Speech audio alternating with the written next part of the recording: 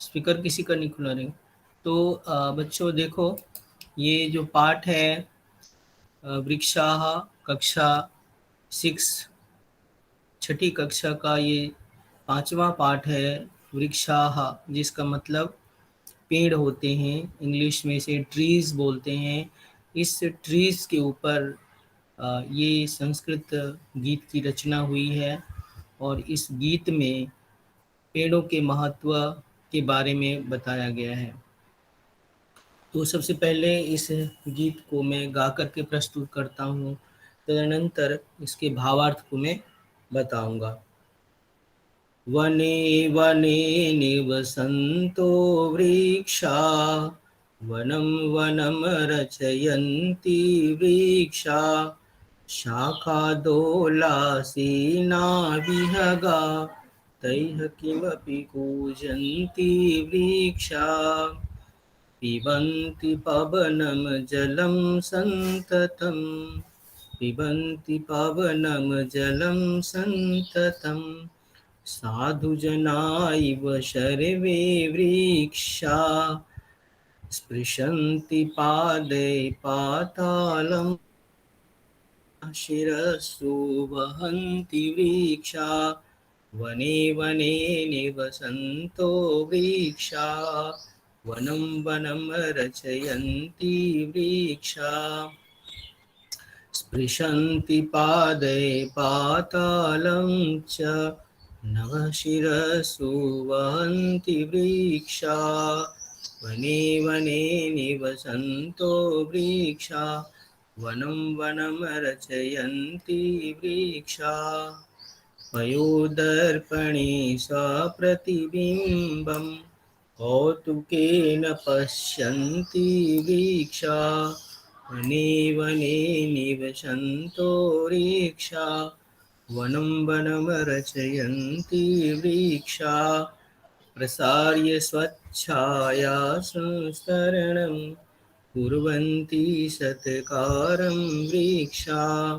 वने वने निवसन्तो वृक्षा, वनं वनं रचयन्ति वृक्षा। तो ये इस प्रकार से गाना है। इसके बाद देखो भावार्थ इसका। वने वने निवसन्तो वृक्षाः, वृक्षाः वृक्ष वन वन में निवास करते हैं, और वन वनम वनम वनम रचयन्ति वृक्षा, और ये वृक्ष मिल करके वनों की रचना करते हैं, वन बनाते हैं। इस वृक्ष के ऊपर शाखा, शाखा मतलब होता है टहनियाँ, दोला मतलब झूला, आसीना विहगा, विहगा मतलब पक्षी है ना, बर्ड्स चिड़िया, सभी प्रकार के जो पक्षी हैं इस वृक्ष के शाखाओं पर बैठते हैं। और तैः किमपि कूजन्ति वृक्षा, और उनके द्वारा, उन पक्षियों के द्वारा पेड़ों पर बैठ करके कूजन किया जाता है, आवाज करते हैं, कूजते हैं, गाते हैं।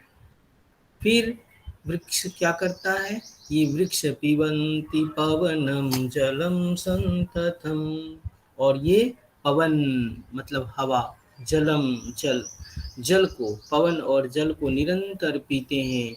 और इसका जीवन कैसा होता है इन वृक्षों का, साधु जना इव सर्वे वृक्षा, साधु जना मतलब सज्जन, सज्जन पुरुष की तरह इन वृक्षों का जीवन होता है, अर्थात दूसरों की भलाई के लिए। वृक्ष में लगने वाले जो फल होते हैं, उसकी जो टहनियाँ होती है, उसकी जो छाल होते हैं, उसकी जो खाल होते हैं, उसकी जो जड़ें होती है, उसके जो पत्ते होते हैं, वह सब दूसरों के लिए होते हैं। पेड़ अपनी छाया से दूसरों को विश्राम प्रदान करता है, शीतलता प्रदान करता है। तो पेड़ की हर चीज़ें दूसरों के उपकार के लिए, परोपकार के लिए होता है। ठीक उसी प्रकार से जिस प्रकार से सज्जनों का जीवन होता है। ये जो पेड़ होते हैं वे पेड़ स्पृशन्ति पादई पातालम, पातालम होता है जमीन के अंदर वाला भाग। तो पादई है पैरों से, पाद मतलब पैर। तो पेड़ों का पैर क्या होता है, उसकी जड़ें होती है, जो जड़ें होती है जो पाताल तक पहुंच जाती है, और उन जड़ों के माध्यम से वो नीचे से रस है ना खींचते हैं, पानी और जो सॉइल में जो उर्वरकता है, जो शक्ति है, वो खाना जो है उसके माध्यम से, जड़ के माध्यम से पेड़ों को प्राप्त होता है। तो स्पृशंति पादई पातालम, स्पृशंति मतलब छूना, छूते हैं पाताल को अपने पैरों से अर्थात जड़ों से। नभः शिरस्सु वहन्ति वृक्षा, और ये वृक्ष नभः आसमान को अपने सिर पर धारण किए हुए हैं, अर्थात वृक्ष के ऊपर क्या है, आसमान है। आसमान जो है ऊपर, शिरस्सु, शिरस्सु सर के ऊपर यह आसमान धारण किए हुए हैं। पयोदर्पणे स्वप्रतिबिंबं कौतुकेन पश्यन्ति वृक्षाः, वृक्षाः ये वृक्ष, ये पेड़। पयोदर्पणे, पयः मतलब पानी, दर्पणे मतलब दर्पण, मिरर। पानी रूपी मिरर में, पानी रूपी दर्पण में वो अपने प्रतिबिंब को, अपनी छाया को, अपनी शैडो को देखता है, और देख करके कौतुकेन, कौतुक मतलब आश्चर्य से, आश्चर्य होता है उसको, अरे मैं ऐसा हूँ, मैं इतना बड़ा हूँ, मैं इतना ऊंचा हूँ, ऐसा महसूस करता है। तो वृक्ष कौतुकेन आश्चर्य से, पश्यति देखता है, कहाँ पर, पानी रूपी दर्पण में अपनी छाई को, परछाई को देखता है। प्रसार्य स्वच्छाया संस्तरणम कुर्वन्ति सत्कारम वृक्षा, और ये वृक्ष जो है अपनी छाया को फैला करके, है ना, अपनी छाया को, पेड़ अपनी छाया को फैलाता है, और उस छाया में लोग आकर के विश्राम करते हैं, है ना, आराम करते हैं। और इस प्रकार से पेड़ अपनी छाया में आने वाले लोगों को क्या करते हैं, सत्कारम कुर्वन्ति, स्वागत सत्कार करते हैं। तो इस प्रकार से ये जो पाठ है वृक्षा का, बहुत सुंदर खूबसूरत पाठ है। इसमें वृक्ष के महत्व के बारे में बताया गया है कि किस प्रकार से ये वृक्ष जो है दूसरों को शांति प्रदान करता है, स्वास्थ्य प्रदान करता है। तो अब हम इसके प्रश्नों के ऊपर आते हैं, प्रश्न उत्तर को डिस्कस करेंगे। प्रश्न उत्तर को मैं बताऊंगा, अभी कोई भी बच्चे इसको, सभी बच्चे ध्यान से इसको सुनेंगे, कोई भी बीच में ना बोले। तो यहाँ पर देखो बच्चों, प्रश्न नंबर, प्रश्नानुसारम रिक्त स्थानानि पूर्यतः, प्रश्न के अनुसार, वचन के अनुसार रिक्त स्थानों को पूरा करना है। एक वचन, द्विवचन और बहुवचन दिया गया है। जैसा कि जानते हो कि संस्कृत में 3 वचन होते हैं, एक वचन, द्विवचन और बहुवचन। तो यहाँ पर जो है कुछ एक वचन और प्रथमा विभक्ति और द्वितीय विभक्ति के रूपों को यहाँ पे थोड़ा सा दिया गया है। ठीक है, तो ये वनम शब्द जो है नपुंसक लिंग है, और इसका रूप इस प्रकार से चलता है, एक वचन वनम, द्विवचनम वने, और बहुवचन में वनानी।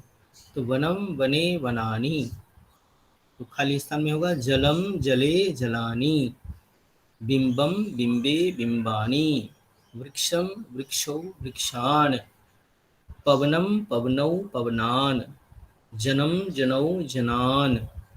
इस प्रकार से प्रश्न नंबर 1 को करना है।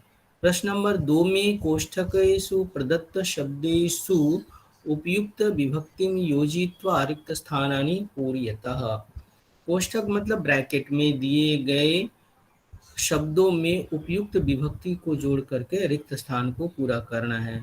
एक एग्जाम्पल दिया हुआ है, अहम रोटिकाम खादामी, तो यहाँ पर ब्रैकेट में रोटी का शब्द है, उसको उपयुक्त विभक्ति, द्वितीय विभक्ति लग करके बन गया है रोटी काम, अर्थात रोटी को खाता हूँ।